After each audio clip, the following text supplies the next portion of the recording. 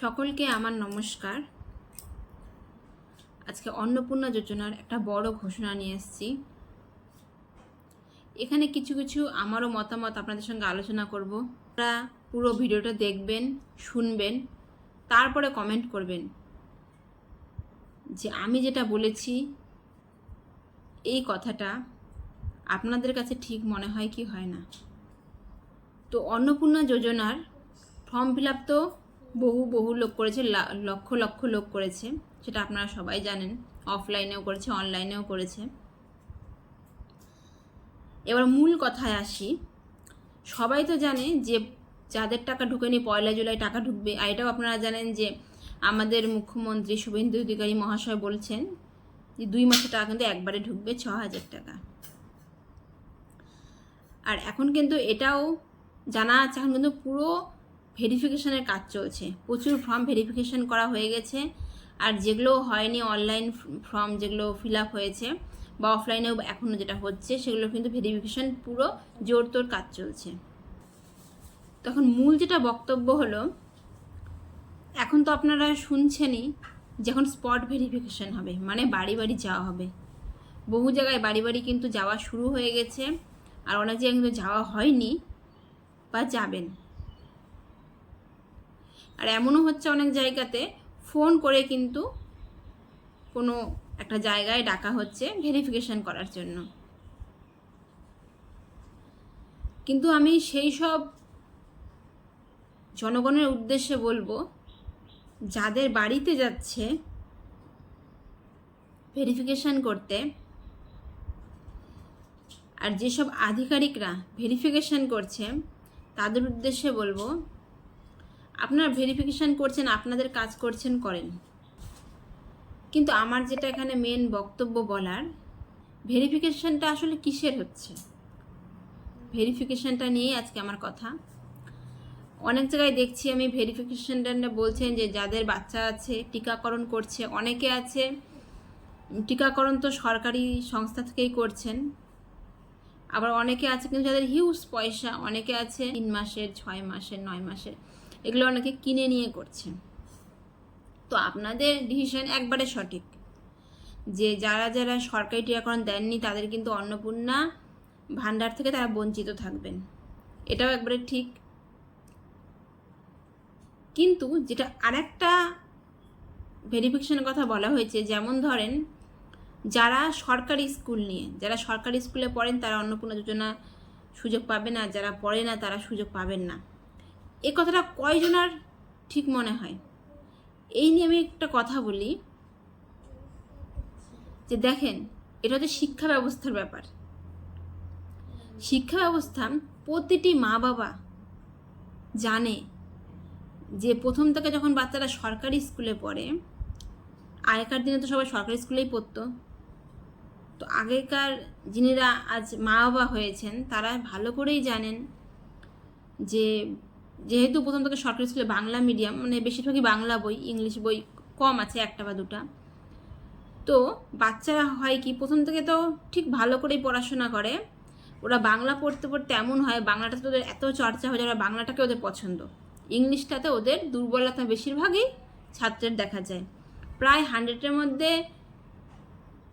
ভালো স্টুডেন্ট ধরেন আছে 30%, 50% মিডিয়াম কোয়ালিটি হয়ে যায়, প্রায় 30 থেকে 40% কিন্তু ছাত্রদের ইংলিশে কমজোরি থাকে। এটা অনেক মা বাবাই লক্ষ্য করেছে যে আমার ছেলে বা আমার মেয়ে অন্যান্য সাবজেক্টগুলো ভালোই পারে, ইংলিশটা একটু কম পারে।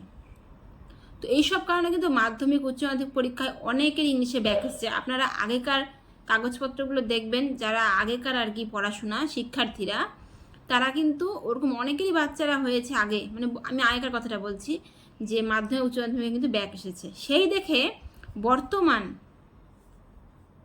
পিতামাতারা কি করছেন, তাদের ছেলে মেয়েদেরকে কষ্ট করে হলেও, যতই হাজার কষ্ট সহ্য করতে হোক, কমসে কম 1 থেকে 4 বা 5 অবধি প্রাথমিক শিক্ষাটা কিন্তু ওরা ইংলিশ মিডিয়াম, মানে বেসরকারিতে দেওয়ার চেষ্টা করছেন।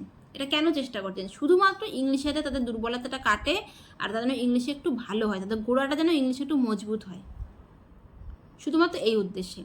তারপরে তারা কি করছেন, 5-এ উঠলে কিন্তু সরকারিতে দিয়ে দিচ্ছেন। যে তাহলে কি হচ্ছে, তারা তো বাংলা ছোটোবেলা শিখবেই, যেহেতু ওরা ইংলিশটা কম পারে তো ইংলিশটা একটু বেশি করে শিখবে, যেহেতু বেসরকারি স্কুলে ইংলিশ বইটা বেশি থাকে, বেঙ্গলি কম থাকে। আর যেহেতু ওরা 5-এ যায় সরকারি স্কুলে পড়বে, হাই স্কুলগুলোতে, তো সেখানে কিন্তু 5, 6, 7, 8 ওরা বাংলাটা শিখে যাবে, যেহেতু বেঙ্গলি বইটা ওখানে বেশি থাকবে। আর ইংলিশটা যেহেতু গোড়াটাতে বেশি শিখছে, সেই জন্য কিন্তু তাদের ইংলিশ নিয়ে কোনো ভয় বা দুর্বলতাটাও থাকবে না।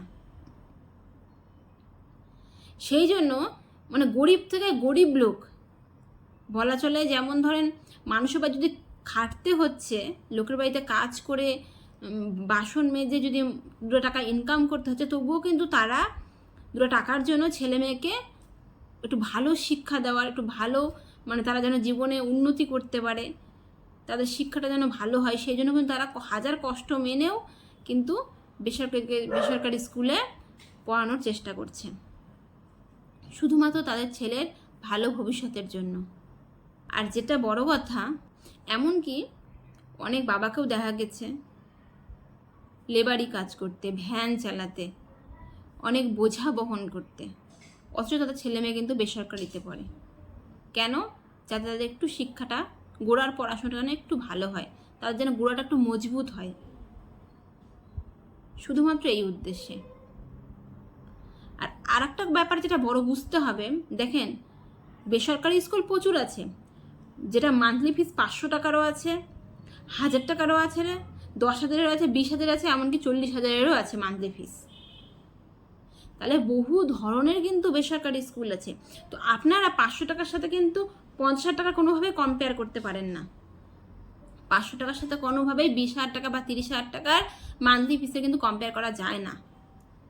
যেহেতু তারা বেসরকারিতে পড়েন, সেহেতু কিন্তু ওনারা অন্নপূর্ণা ভাণ্ডার থেকে বঞ্চিত থাকবেন, এটা কোনোদিনই মান্য নয়। কেন নয়? এমন বেসরকারি স্কুলে পড়ছে যেটা ফিস মান্থলি 500, আবার অ্যাডমিশনে কিন্তু 5,000 দিয়ে হয়ে যাচ্ছে। আর এমন বেসরকারি স্কুল আছে যেটার কিন্তু অ্যাডমিশন ফিস 30,000, 40,000, আবার মান্থলি দিতে হয় 15,000, 10,000 এরকম করে কিন্তু। তাহলে আপনারাই বলেন, এই বেসরকারি 2টা স্কুলের মধ্যে কি সমান হলো? গরিবরা মান্থলি 500 টাকা পরের কাজ করে কষ্ট করে মা বাবা খেটেও কিন্তু বেসরকারি স্কুলে 500 টাকা ফিসে পড়াতে পারছেন, কিন্তু সেই গরিবরা কিন্তু 20,000 টাকার মান্থলি ফিসে কিন্তু পড়াতে পারবেন না। কিন্তু ধনী ব্যক্তিরা কিন্তু 20,000, 30,000 টাকার মান্থলি ফিসেও পড়াবেন। তাহলে গরিব আর ধনী মানে তফাৎটা কোথায় থাকলো? তফাৎটা এখানেই থাকলো যে গরিবরা কম টাকাটাতে পড়াচ্ছে। তাই বলে কিন্তু এটা না যে গরিবরা যেহেতু বেসরকারি স্কুলে পড়াচ্ছেন জন্য ওনারা কিন্তু বড়লোক হয়ে গেলেন। আপনাদের শুধু বুঝতে হবে, ওনারা বাচ্চাদের গোড়ার ভিতটা মজবুত করার জন্য আর পড়াশোনাটা ওদের আরও ভালো করার জন্য, যাতে ওরা বড় হয়ে ওদের পড়াশোনা সম্পর্কে বা ইংলিশ সম্পর্কে কোনো ভয় বা দুর্বলতাটা না থাকে, সেজন্যই কিন্তু ওনারা জাস্ট গোড়াটা, মা বাবারা এটাই ভাবে যে আমার হাজার কষ্ট হোক, তবু জাস্ট আমি গোড়াটা মজবুত করার জন্য আমরা মা বাবা খেটে আমার ছেলে মেয়েকে অন্তত না পারি সারা মানে 1 থেকে 10 অবধি না পারি ইংলিশ মিডিয়ামে পড়াতে, আমি 1 থেকে 4 অবধি অন্তত পড়ানোর চেষ্টা করব। কি আমি ঠিক বললাম তো? যারা যারা আপনারা আমার ভিডিও দেখছেন, আপনারাই কমেন্ট করেন যে আমি ঠিক বললাম কি না। আপনাদের আশেপাশে বা অনেক গরিব লোক আছে কি না, বা আপনাদের মধ্যে কেউ আছেন কি না যে অনেক খেটে আপনাদের ছেলে মেয়েকে 500 টাকা বা 1000 টাকা মান্থলি ফিস বেসরকারি স্কুলে পড়াচ্ছেন, কিন্তু অথচ কিন্তু আপনারা খুব গরিব, কষ্ট করেই দিন যাপন করেন। এমনও লোক আছে বাড়িতে কিন্তু কেউ দেখতে চায় না যে আপনারা কী খান, অনেকে সিদ্ধ ভাত, লবণ ভাত, একটা সবজি ভাত খেয়ে বাচ্চাকে বেসরকারি স্কুলে পড়াচ্ছেন, খালি মাত্র ছেলেমেয়ের ভালো ভবিষ্যতের জন্য, যাতে ওরা পড়াশোনায় ভালো হয়, যাতে প্রতিটা সাবজেক্টকে ওরা ভালোবাসতে পারে, প্রতিটা সাবজেক্টকে ওরা ভালো করে পড়তে পারে, যাতে কোনো সাবজেক্টে ওদের মনে ভয়ভীত না থাকে, প্রতিটা সাবজেক্ট যেন ওরা ভালো করে মন দিয়ে পড়ে, ওদের যেন কোনো সাবজেক্টেই দুর্বলতাটা না থাকে। আগে কিন্তু এটা বেশিরভাগই হতো, জায়গার বাচ্চারা পড়াশোনা দেখে ভয় করতো, বলতো আমার কাছে এই সাবজেক্ট ভালো, এই সাবজেক্ট ভালো না, এইটা আমি নিয়ে পড়বো, ওটা আমি পড়বো না, কারণ তাদের মনে যেটা নিয়ে পড়তো না সেটা নিয়ে ভয় লাগতো যেটা পারবো না, এটা কঠিন আছে। সেই কঠিনত্বটা, সেই ভয়টা দূর করার জন্য কিন্তু আজ এই জনগণ গরিব থেকে গরিব মানুষ তার ছেলে মেয়েকে ভালো করার জন্য, ভালো জীবন দেওয়ার জন্য এত খেটে মরছে। তো আমি এটা রিকোয়েস্ট করব সকল জনগণকে, আমি বলবো যে আপনারাই বলেন আমার কথাটা কি ঠিক না ভুল। এখানে শিক্ষা ব্যবস্থার কথা হচ্ছে। তো যারাই বেসরকারিতে 500 টাকা ফিসে পড়াশোনা করছে, তারা কি অন্নপূর্ণা যোজনার ভাণ্ডার থেকে বঞ্চিত থাকবে? না এই গরিবদের অন্নপূর্ণা ভাণ্ডার দেওয়া উচিত? যারা এত কষ্ট করে ছেলে মেয়েকে বড় করছে, এত কষ্ট করে ছেলে মেয়েকে পড়াচ্ছে, আমার হিসেবে তারা অন্নপূর্ণা যোজনা থেকে কোনোদিনই যেন বঞ্চিত না হয়। তারা যেন সবসময় অন্নপূর্ণা ভাণ্ডারটা পায়, যে মান্থলি 3000 টাকা পায়। আর আমি এটাই চাইবো তাদের ছেলে মেয়ে আরও ভালো ভবিষ্যৎ দিক, তাদের ছেলেমেয়েরা আরও ভালোভাবে পড়াশোনা করুক। তারা যে এত কষ্ট করে খেটে পরের কাজ করে ছেলে মেয়েকে একটা ভালো শিক্ষা ব্যবস্থা দেওয়ার চেষ্টা করছে। আমার কথা আর একটা, আমার বেসরকারিতে যাওয়ার প্রয়োজন নেই, সরকারিতেই পড়ি। কিন্তু সরকারির পড়াশোনাটার ক্ষেত্রে আমাদের সরকারকে একটু সরকারের দিকে, পড়াশোনাটার দিকেও নজর রাখা উচিত।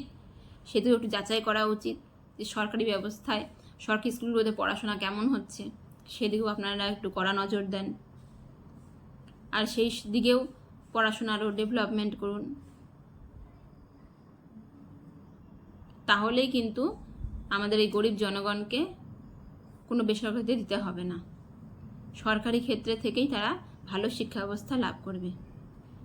বাংলা থেকে ইংলিশ প্রতিটা সাবজেক্ট, এমনকি ম্যাথ, সব কিছু একটা ভালো টিচাররা ভালো করে স্কুলে পড়ান।